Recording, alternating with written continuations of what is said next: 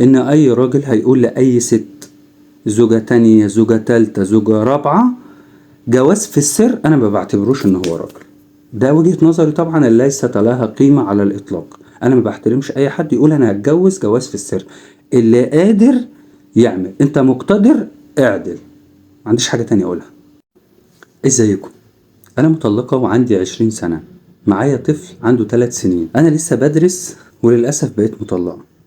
اتعرفت على شاب عنده 30 سنة، قال لي ان هو منفصل وعنده ولد 10 سنين وبنت 4 سنين. بعد ما خلاني احبه وهو بقى يحبني، اعترف لي ان هو لسه متجوز ومش مرتاح مع مراته، وهو عايز يتجوزني واكون زوجة تانية. بيقول لي انا هكتب لك مهر 300,000 جنيه وهجيب لك شبكة ب40,000 جنيه، والشقة بس هتكون باسمي. بعد ما هنخلف هقول لمراتي وهعرف كل اهلي، وهفتكر ان الفرصة دي اكيد مش هتتعوض لك تاني. فانا الصراحة محتارة، المفروض ان انا اعمل ايه؟ اخد القرار دوت واتجوزه، ولا المفروض ان انا اعمل ايه؟ وخصوصا ان انا لسه سني صغير. فما لقيتش غير ان انا ابعت لك على لينك الصراحة عشان خاطر حضرتك تقول لي اعمل ايه، والناس اللي عندك تفيدني. خليني في البداية افكر حضرتك، لو حضرتك بتتفرج عليا من الفيسبوك ومتابعني، ما تنساش تقول رأيك وتعمل لايك وشير للفيديو. اما لو حضرتك بتتفرج عليا من اليوتيوب فما تنساش تشترك في القناة وتفعل زر الجرس عشان يوصلك كل جديد. خلينا نصلي على النبي صلى الله عليه وسلم. للأسف يعني انت دلوقتي سنك 20 سنة، انا مش عارف اهلك فين اصلا، ده رقم واحد.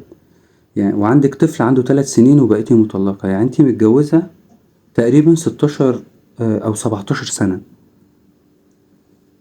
ازاي اهلك سمحولك ان انت تتجوزي في السن ده؟ ده رقم واحد، دي كده كارثة. انت بقى عايزة تخوضي تجربة ان انت تتجوزي حد تاني وانت كمان بقى معاكي طفل؟ يعني انا مستغرب عليك. بص، عشان ما تتوهش نفسك ودماغك تفكر لأماكن تانية، رقم واحد انت دلوقتي بقى معاك طفل وانت عندك 20 سنة. يعني انت دلوقتي حاجتين مهمين لازم تعمليهم قبل كل حاجة. رقم واحد تاخدي بالك من طفلك. رقم 2 تكملي تعليمك. رقم 3 تستني شوية لما تكوني كبرت شوية وقدرت ان انت تخلصي دراستك وتكوني اشتغلتي، تكوني التفكير زاد شوية. طبعا انا مش عايز اقولك اكتر من كده، وتقدري تاخدي القرار عشان تخوضي تجربة تاني زي دي. يعني انا مش عارف اهلك فين في كل اللي انت بتفكري فيه. وبعدين ايه يعني ايه بيقولك فرصة مش هتتعوض يعني؟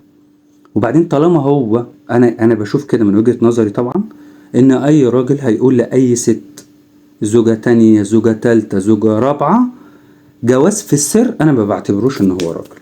ده وجهة نظري طبعا، ليست لها قيمة على الاطلاق. انا ما بحترمش اي حد يقول انا هتجوز جواز في السر. اللي قادر يعمل، انت مقتدر اعدل، ما عنديش حاجة تانية اقولها.